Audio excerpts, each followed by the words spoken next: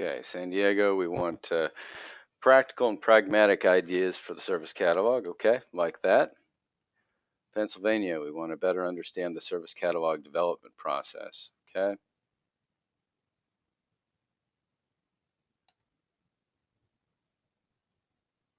It's practices for setting up service catalog. Hi, James. Haven't seen you in a while. Good to see you back.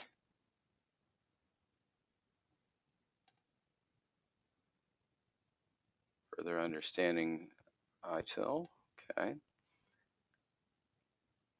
Learn about establishing service catalog. Good.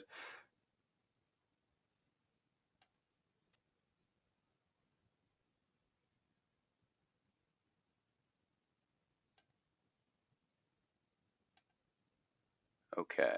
So a couple of you guys have mentioned wanting to know a little bit more about the differences between PMI and ITIL, between project management and ITIL, and that's going to be covered in some detail actually in Erica's webinar next week. So that'll be covering a project manager's guide to ITIL. So those of you guys who haven't signed up for that, that's a good chance to pick up another PDU and learn a little bit more about those two frameworks and how those things fit together.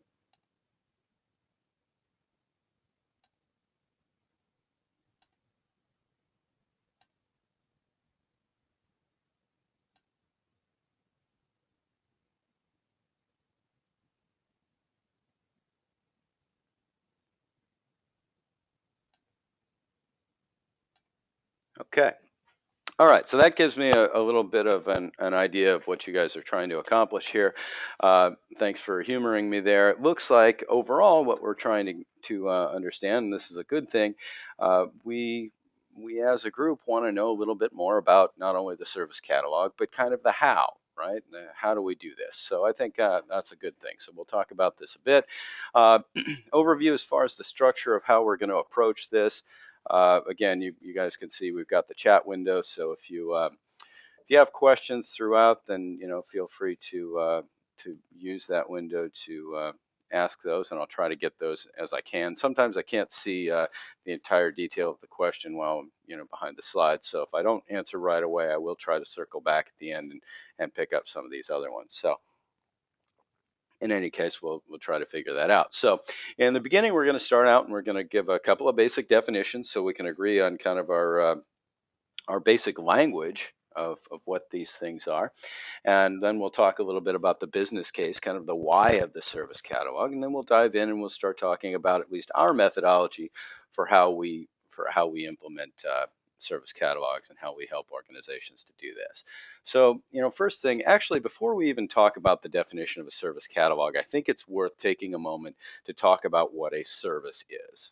Okay, so ITIL is going to describe services as a means of delivering value to customers by facilitating outcomes customers want to achieve, but without the ownership of specific costs and risks. And I think that's germane to our topic here, that we really have to have a common set of language here in order to know what we're dealing with. And those of you who've had me in training classes or had other folks from Beyond 20 in training classes, that we tend to kind of evangelize these things, that we really believe that what we're talking about when we talk about ITIL and IT service management is really a new way of working, that we believe that it's more than just a new set of language, that words matter absolutely, and having a common set of common vernacular between our customers and our suppliers and our different all the different pieces of these very complex multi-sourced environments that we have, that having a common set of language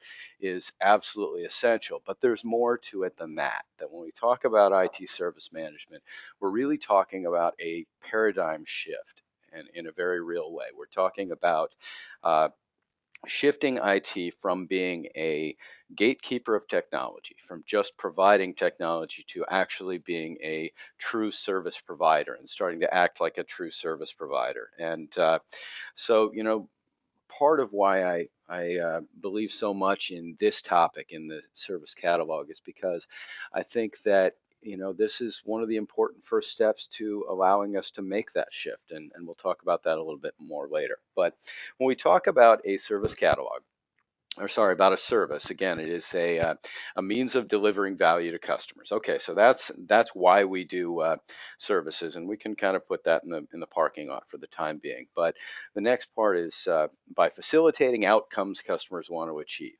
Okay, so there's a really great quote that some of you guys have probably heard me use before, and that's from Professor Theodore Levitt from the Harvard Business School. He says, "People want a quarter-inch hole, not a quarter-inch drill."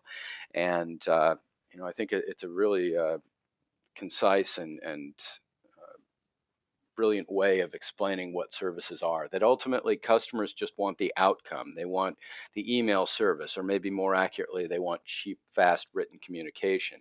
And they don't really ultimately care about how you provide those things. They don't care about, how we what we use to produce the whole, or how we, whether we use Microsoft Exchange, or whether we use Qmail or SendMail on Unix or whatever. Ultimately, as long as they get that cheap, fast written communication, all else being equal, of course. So customers are willing to pay for outcomes, right?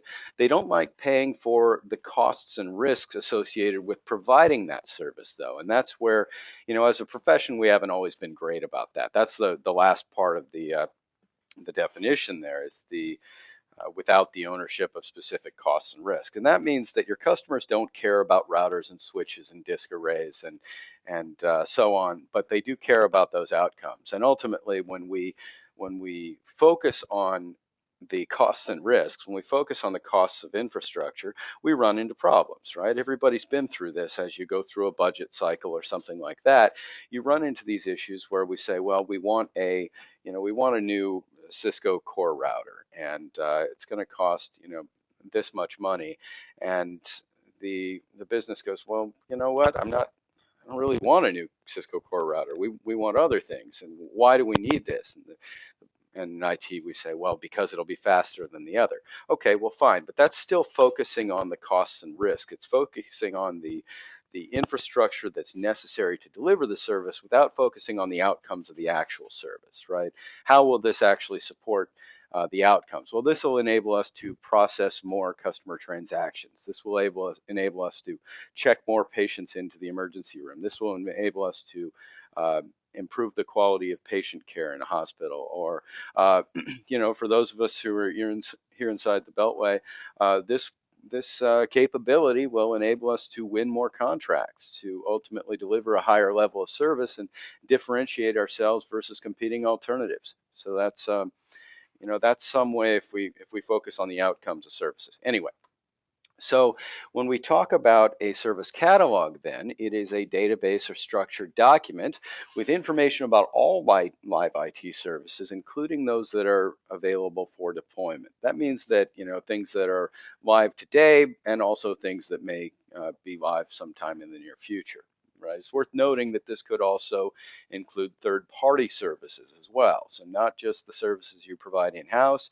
It's a single source. It's a way for customers to see exactly what services are available, and a few general details about those things. So we're talking about having it's really no different, actually, when we talk about a service catalog.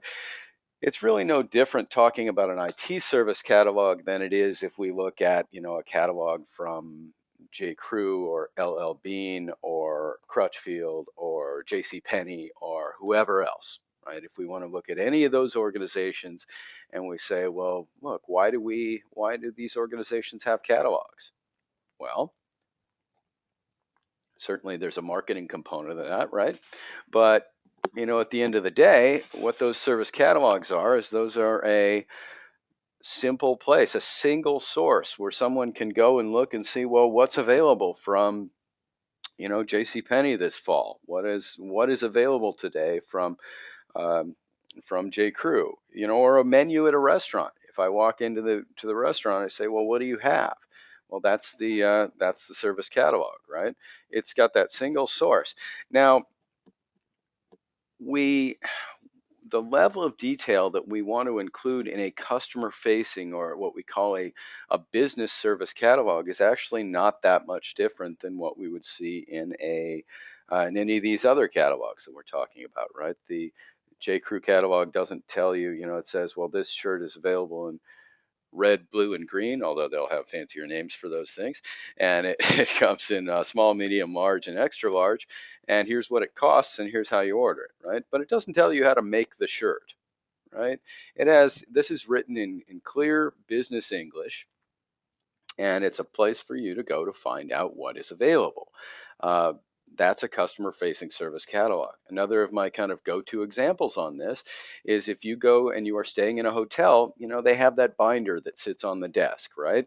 The binder there has everything that that hotel offers. The core service is lodging, a place to sleep for the night, but they have lots of other services. So that binder is going to tell you, it's going to give you all the channels on the television. It's going to tell you if they have a spa, what services are available there, and the hours, and how you go about ordering those things. It'll give you the hours of the swimming pool, a room service menu, tell you how to make a long distance call. It might even have third party services there, right? They might have an insert there from Pizza Hut or Domino's in the neighborhood, or whatever, so that you can order things from there if you choose to do so. But that is really uh, a very complete and good example of a service catalog, right?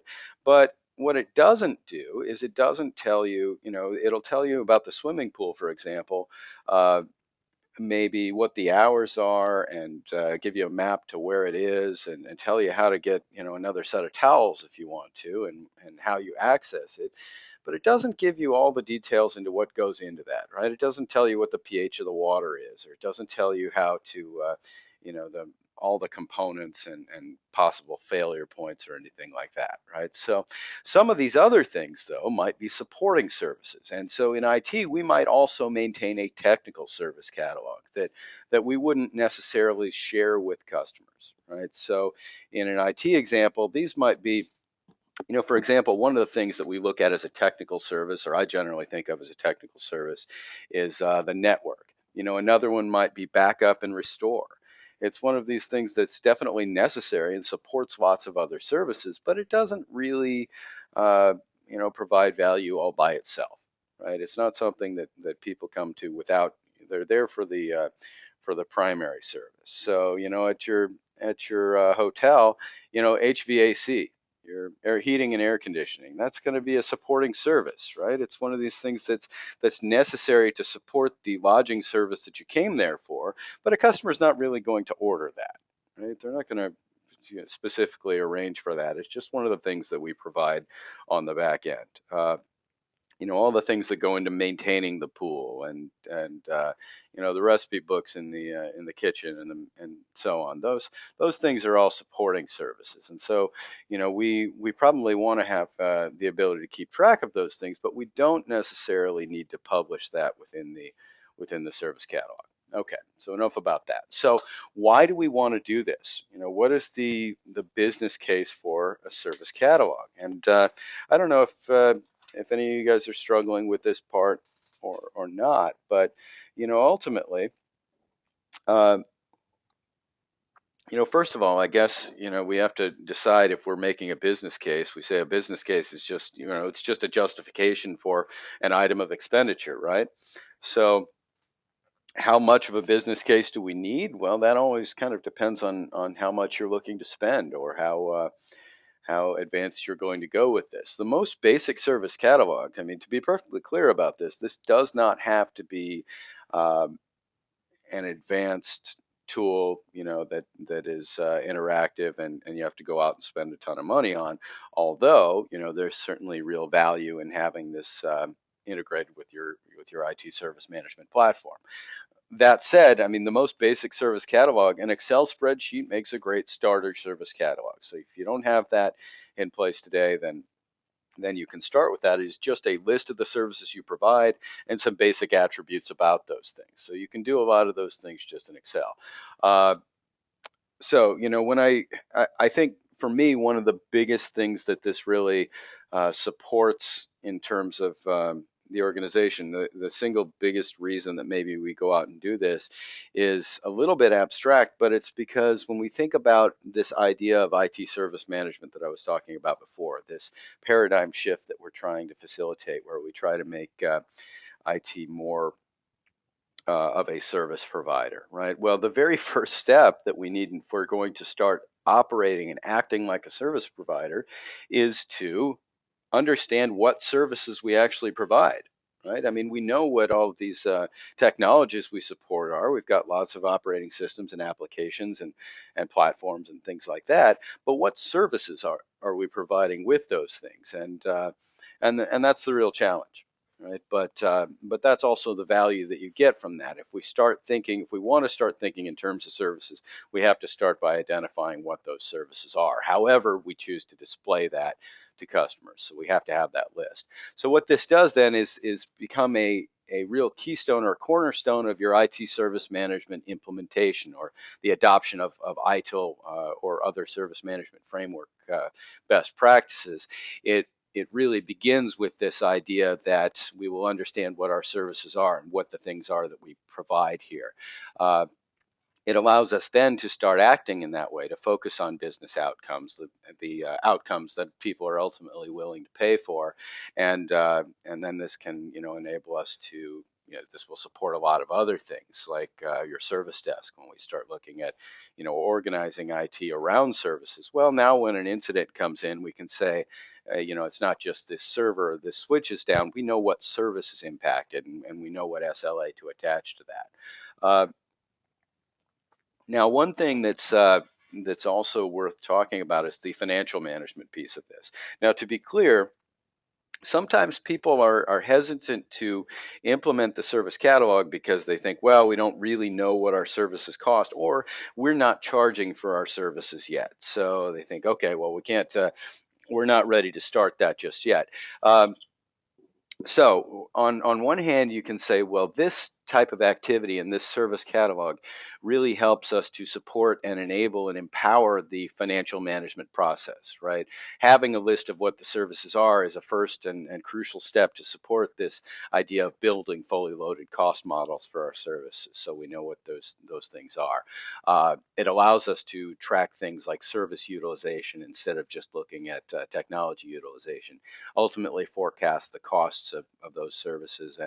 And if we're going to start charging for services or charging for options and things like that, then the catalog is a good way to do that. But with that said, you can still do a service catalog even if you're not today charging for services or costing for services. It's still something that's viable to do. It positions you very well to get out of that systems and technology infrastructure focused mindset and start looking at costing it from a services perspective, which is ultimately what the business wants. Okay, so now we're going to talk about implementation. We do have, as you might have guessed from the title, we do have 8 steps in our service catalog approach here.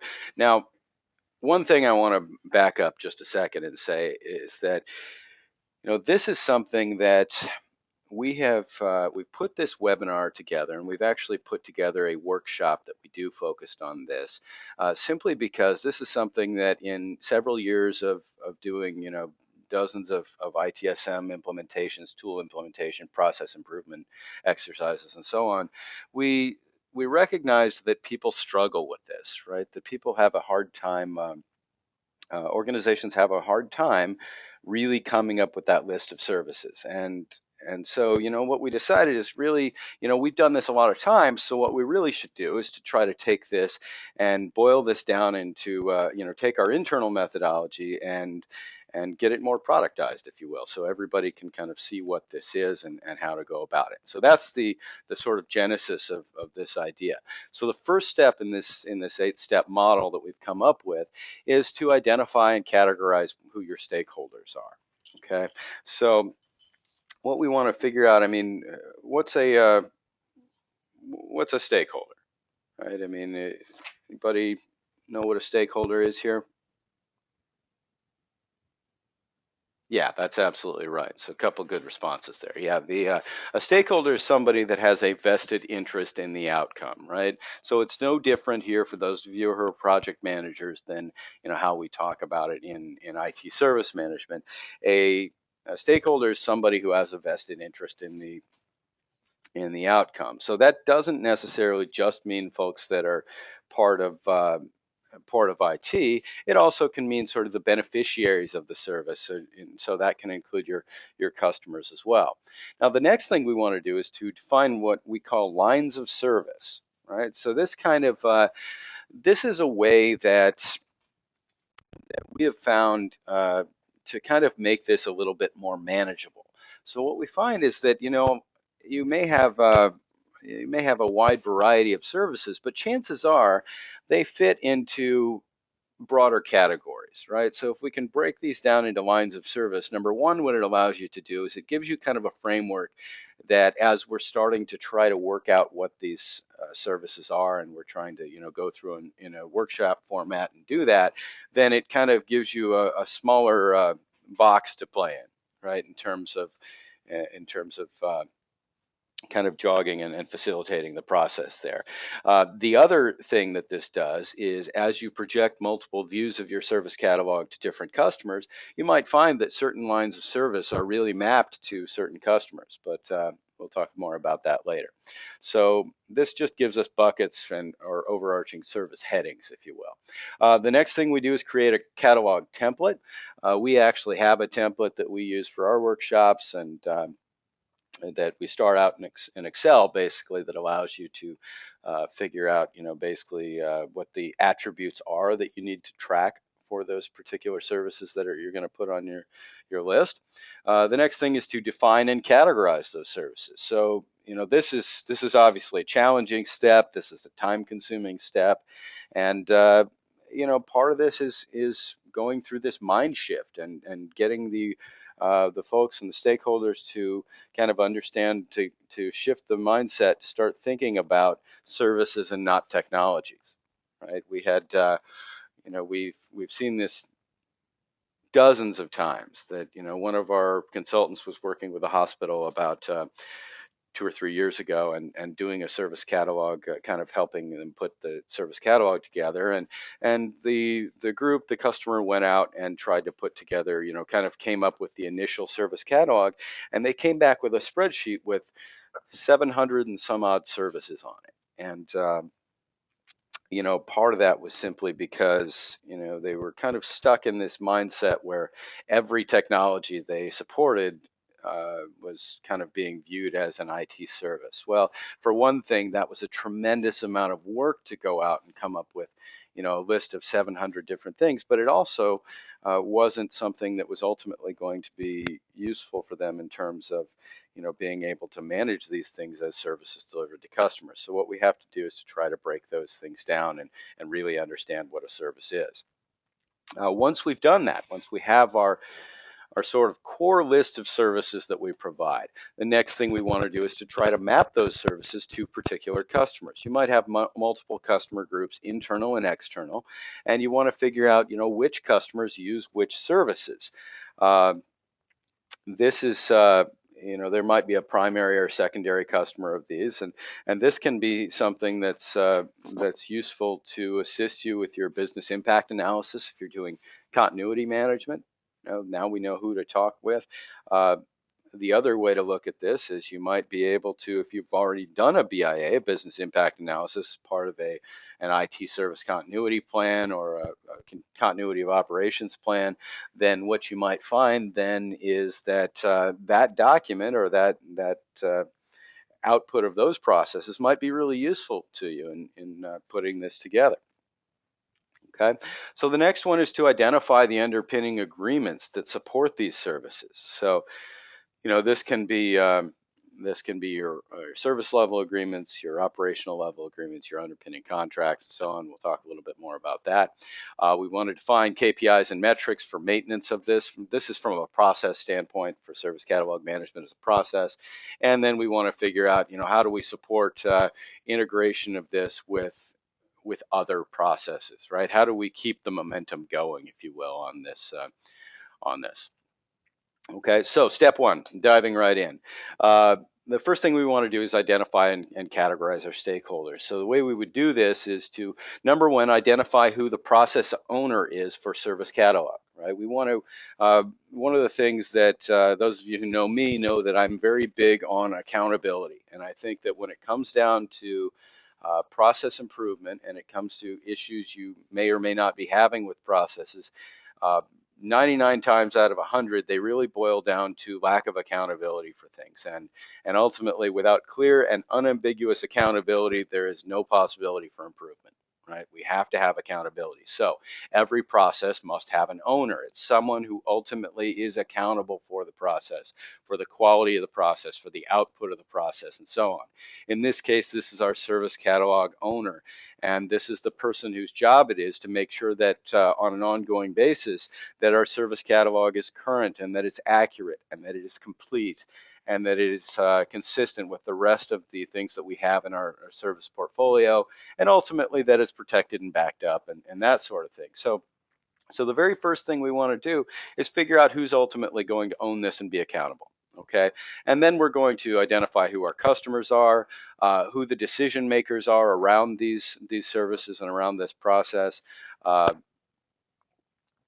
I was actually sitting with a couple of customers yesterday talking about this challenge of the service catalog, and one of the things we were pointing out is that when you get a group of people in the room for this type of thing, uh, you certainly have to have a lot of different stakeholders involved to be able to come up with an accurate list, but it's equally important to make sure there's a decision maker in the room, right? If you've got a group of 10 or 15 people, you can kind of continue to spin and go in circles unless you have somebody who's there who can say, yep, nope, we're going to go this way, so we don't just get wrapped around the axle on particular details.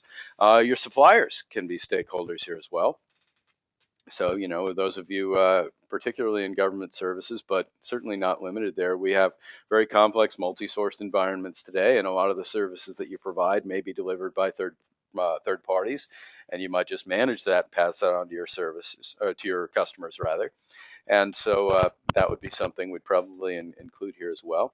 Uh, and to facilitate all of this, we do what's called a RACI model, or actually RACI VS. So, if you look at the PMBOK or the ITIL guidance, they talk about RACI, and what RACI is an authority matrix for mapping roles and responsibilities within a process or activity, right? So what we want to do then is to figure out who is responsible, accountable, consulted, and informed for various steps here.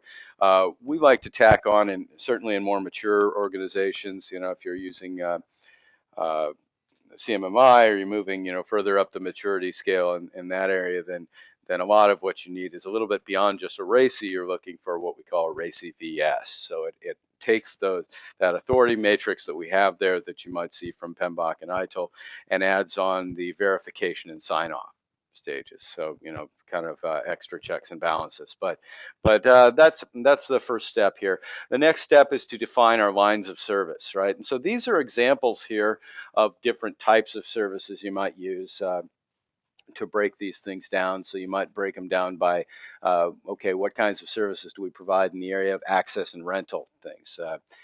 Access to a particular item or what have you. Managed services, remedial services, custodial services. You might also I mean, this is one way of going about it, but another way of looking at it. So for example, you have communication services. Well, under communication services, we might have things like email, uh, voicemail, some kind of a chat service, things like that. So that's a way to look at the different services that you have. Um, but we're not necessarily locked into these lines of service. Just a good starting point. So creating catalog template. This is a uh, kind of a snapshot of the catalog template, or a basic version of the catalog template that we use as kind of a starting point. So on the left-hand column, you've effectively got a uh, listing of the services that you have, right? And so this is actually one of the outputs of our workshop, is to populate this template, right? So that we have something we can tack in. So we start out with understanding for each service that we have, this list of services down on the left, what line of service does it fit in? We need a description of that service, again, in clear business English so customers can see that and understand it. Uh, what type it is. Now, when I talk about a service type, I'm talking about, is this a business service or is it a technical or supporting service? Uh, if it's a business service, there may be supporting services attached to it, so we may want to understand that as well. Who is the business owner of this particular service? What business units does it support? The contact points, and then who is the service owner? Now, the service owner is the person that's ultimately accountable. The person playing that role is accountable for that service. So they're going to be accountable for the quality of the service. They may represent that service in SLA negotiations or in CAB meetings. They're going to be trying to constantly improve the service and come up with improvement opportunities. So this might be somebody that's part of your IT service provider organization, or in some cases, it might be one of your customers. So it doesn't necessarily mean it's part of IT. Uh, SLAs. So if we have an SLA that's attached to this particular service, then we want to reference that there. Service hours, any service reports. Now here, obviously, in the cell of an Excel spreadsheet, we're not going to be able to put all of the recent reports. So, here we might just put the agreed reporting intervals or a link to where the reports are or what have you. We kind of have to figure out on a case-by-case basis what's appropriate there. Service reviews. One of the things that I'm always a big advocate of, and this is more of a service level management issue, but is to say that, an SLA is a living document. It's not something that we document something in an SLA and we say, okay, we carved it in stone there, let's put it on the shelf and we're done. We don't have to worry about that for another 5 years. This is something that we want to be going back and sitting down with customers on a regular basis, quarterly or monthly, to say, okay, here's how we did against the SLA targets. Here's where we hit. Here's where we missed. This is, by the way, do these still meet your needs, and so on. So this allows a checkpoint for that. And if you're doing charging for this service, then we'd have a column for the pricing, right? You could now this is not an exhaustive list, so you could have things in there like support options, gold, silver, bronze, or what have you. But so you get the opportunity to sort of customize this template, but you get the general idea of what we're looking for. Okay, so this is of course the big step here, which is how do we define and categorize the services? We've got our template, so now how do we put data into it? Well, one of the first things I always suggest that we do is if we're going to conduct a workshop like this, let's get some customers involved, because customers are not typically burdened by the same sort of, well, forgive me for saying it, but the same baggage that we have in IT in terms of the way we think about services. We tend to look at it from a technical perspective, but if you ask your customers, well, what does IT do for you? What services do you use?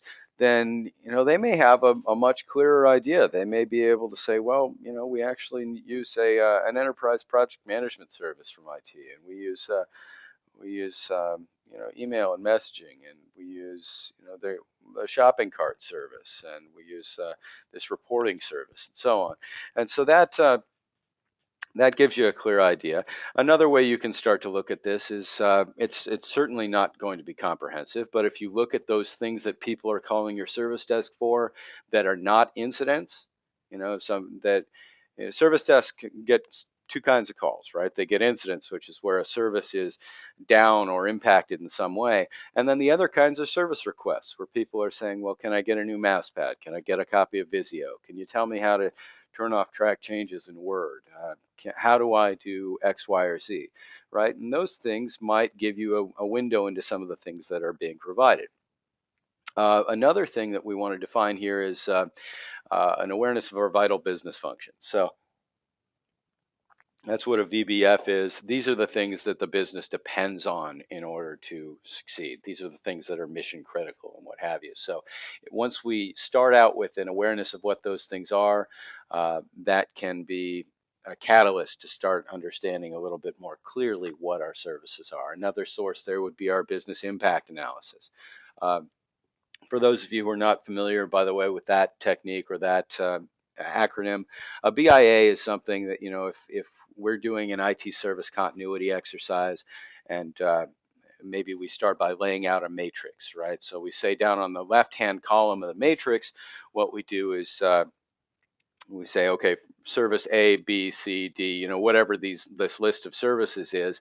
And then on the top, we want this categorized impact analysis on level 1 through 5 of what happens if this service fails and is down for 1 hour, for 4 hours, for 8 hours, for 24 hours, for 72 plus, right? So you find out that, well, in your organization, if email is down for an hour, then we say, well, that's a level 4 impact. But if email's down for 72 hours, well, maybe that's a level 1 impact because we have contractual obligations breached or whatever. So if you have a BIA somewhere or an IT service continuity plan, then a lot of times that'll be a great source of information. You might find that you've actually done a lot of this work already, just not really known it.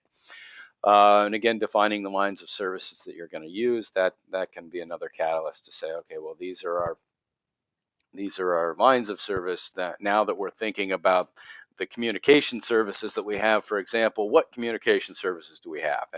And that can kind of help facilitate that. Figure out again in the category of what type of service, which ones of these are actually customer facing, these are kind of core services, and which ones are the supporting or technical services that support those. Then we want to take those and map those to customers. So, this is something that is going to be useful in terms of, taking these things that are our resources and our capabilities, our IT assets, figuring out how, first of all, what we've been doing is taking those resources and capabilities and figuring out how those map to particular services. Now we want to figure out what customer outcomes those support, and that'll allow you to, figure out what customer relevant views are.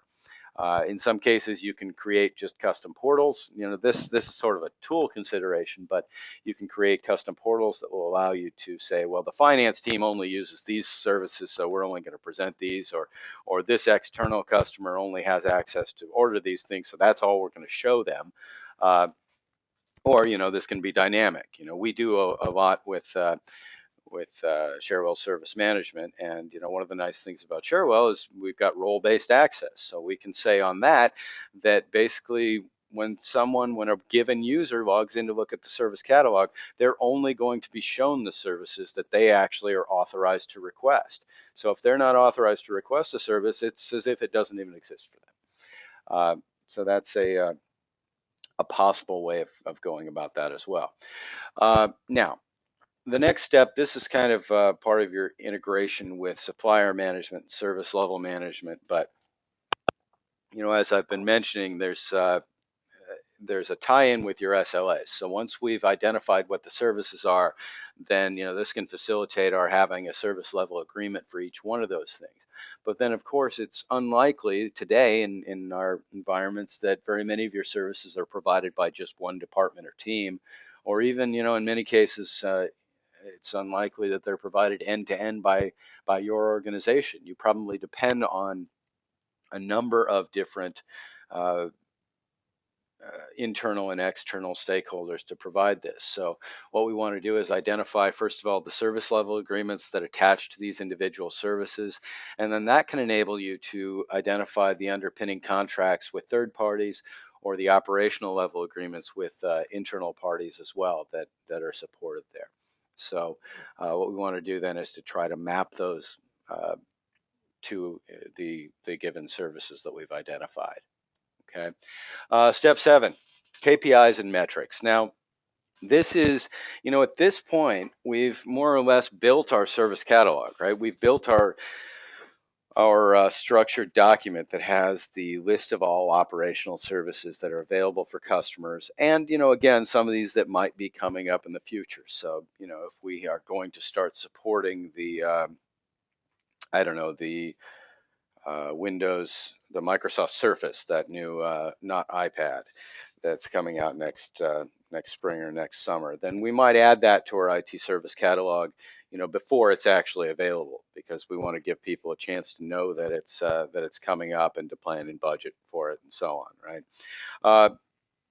So, when we look at defining the KPIs, this is more about how do we keep this going and how do we measure the effectiveness. If we can't, you've probably heard the expression, you can't measure what you can't, or sorry, you can't manage what you can't measure. And so that's what we're talking about here. So we talk about key performance indicators as these things that we would look at as at a process level to say, okay, so how are we doing with service catalog management, right? These things are supported. Each KPI, if we want to look at what kinds of things we want to map out, we know that each KPI has to support a critical success factor. So what's critical to our success in service catalog management? Well, I mean, we have to have an accurate and complete service catalog, right? We have to have, if we have a service catalog that's incomplete or inaccurate, ultimately customers won't use it, right? If you go into the restaurant, you sit down with the menu and you order something and they say, oh, you know what, we're out of that. And then you order something else. Oh, you know what, we're out of that too. And then you order a third thing and say, oh, you know, you're out of that. At some point, you're going to throw down the menu and go, well, okay, you know, this is clearly not useful to me. What do you have? You know, it's not going to be it's not going to be useful to you, so you won't use it. Uh, that's a critical success factor. So we would support that one by measuring the percentage of variances, the number and percentage of variances that are detected with the real world. So you might compare that, you know, with maybe services that are requested that aren't in the service catalog. You might benchmark that by looking at your service requests, people requesting things that aren't there, or against your configuration management database, or a number of different ways. Uh, Business awareness of service offerings. So, you know, this gets a little tougher to measure, but you know, it is critical that customers know what is actually available. IT awareness of service offerings, okay, internal view of the same thing, and awareness of the technology supporting services. So this gets back to, you know, looking at the ability to measure our internal services and how the configuration of all of these things that we support map to particular services. So the this is an example here of how we might measure these things, just a sample dashboard for where you could kind of create to look at your KPIs over time for a particular I guess this is more of a generic dashboard, but for your processes, and then you could drill down to service catalog and to other processes as well. Uh, I think one of the most critical things, though, is this eighth step, and this is, you know, again, based around keeping momentum going and continual service improvement. The first thing is having a service catalog policy, right? So, you know, having a documented policy that controls how we actually integrate with you know, how we maintain a service catalog, who actually owns the service catalog and is accountable for it, and what kinds of things will actually go in there, right? So.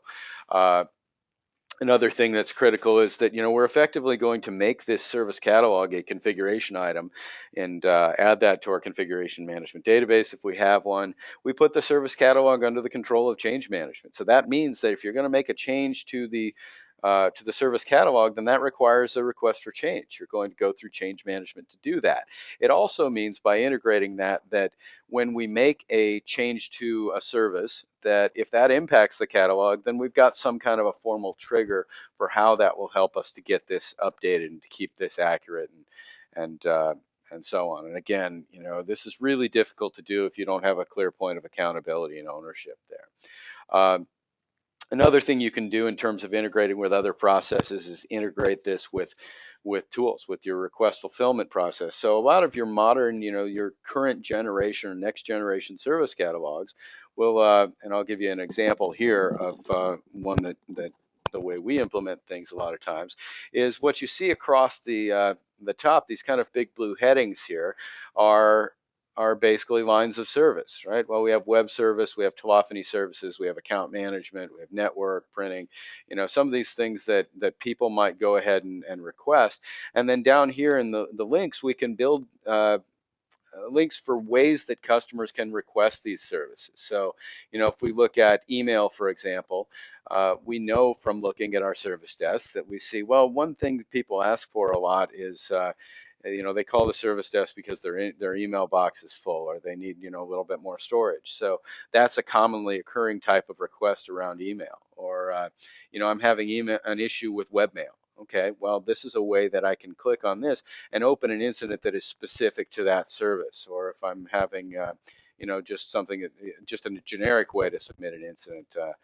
For desktop support, I can look and say, well, can I get a new laptop? Or maybe this is for a new hire or something like that, or I need to upgrade my equipment, or I just need to open up an incident that deals with my desktop computer here, right? So a number of different things that, where this process, where service catalog becomes a lot more powerful is when we kind of outgrow our service, our Excel spreadsheet, and then start to integrate it with other processes. So we can start making this more powerful. So, again, this is an example of something we do in Sharewell, which is a tool that we're partnered with Sharewell, and so we are able to sell and configure that tool if you have questions about that. But you can do this in a lot of different platforms.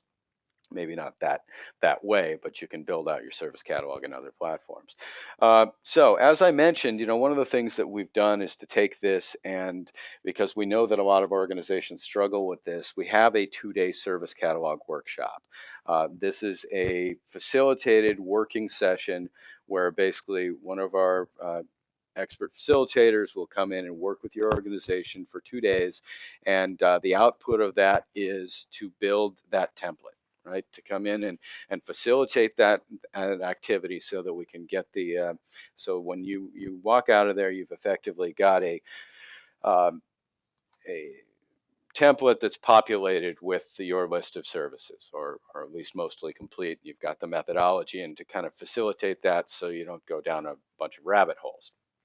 This is a web link if you want to go and see that. It's on our website, so you can learn a little bit more about it, or you can contact us to arrange that. Uh, Again, just 2 days, and I think you find it probably saves you a lot of time. Otherwise, if you want to know more about these things from a process standpoint, the service catalog workshop is something that we do as a private on-site workshop. We do, of course, have ITIL Foundations courses, and we've got a few of those coming up in January and February in different cities across the country at our different office locations. You're never going to have to go to a hotel room with us. You're always going to come to one of our offices for that. And then we also, if those of you that are foundation certified can move on to the ITIL intermediate stage. We do have a number of those classes, but the one that most closely aligns to what we're looking at here is called Service Offerings and Agreements. So that's a 4-day course. It does a kind of a hands-on deep dive into a number of the processes we've been talking about here. So you look at service level management, service portfolio management, kind of deciding what services should be offered, to whom they're offered to. Service catalog is part of that, financial management for IT services, demand management, where we identify what the demand is for services and how we should package up our offerings to meet those things. All those things are part of service offerings and agreements. It's Foundations is a prerequisite for that, but that gives you its own separate standalone certification, and as you see there, 36 PDUs. So you combine that with Foundations. Those of you that are PMP certified, you see that you get your 60 PDUs that you need for recertification knocked out, and pick up some valuable info anyway. On the bottom right is my contact info. So if you want to get a hold of me, I can be reached by phone there, or on Twitter, or what have you. I'm a reluctant Twitterer or tweeter. I don't know what that would be called. But anyway, that's how you can get a hold of me. So with that said, what questions do you have here? Oh, okay, sorry. Okay, so we have someone wanting to know what a line of service is. So yeah, the line of service is just a way that you categorize your services. So I'm going to skip back a little bit here to look at this. Well, that's not what I wanted to do. Um,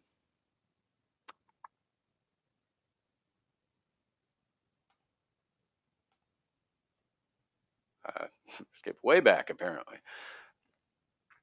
Okay, so the ITIL books are going to give you these examples for categories of lines of service, right? Different ways that you could break your services down into kind of into buckets, if you will. So you can say, okay, well, these are the high level categories for services that we provide, and then we have individual services underneath that. Now, if we go and we look at the integrated, service catalog we can build out here in Sharewell, then it's got, some different kinds of a little bit.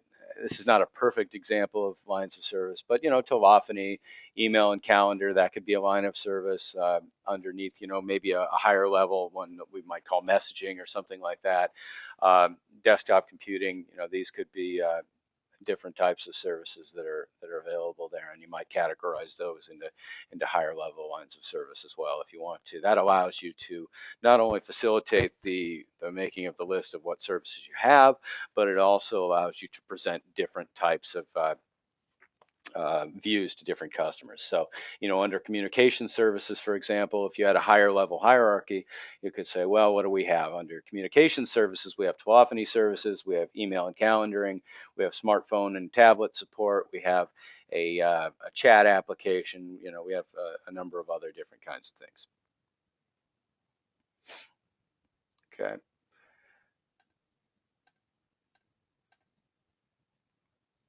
Will it be possible to get a copy of the slides? Yes, we will have a copy of the slides that we can provide. Yeah, absolutely. No problem with that.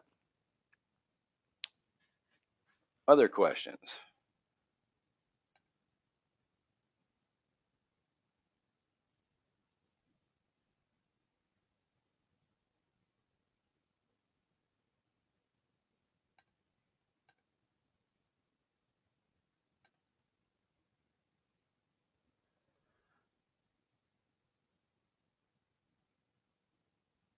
Okay.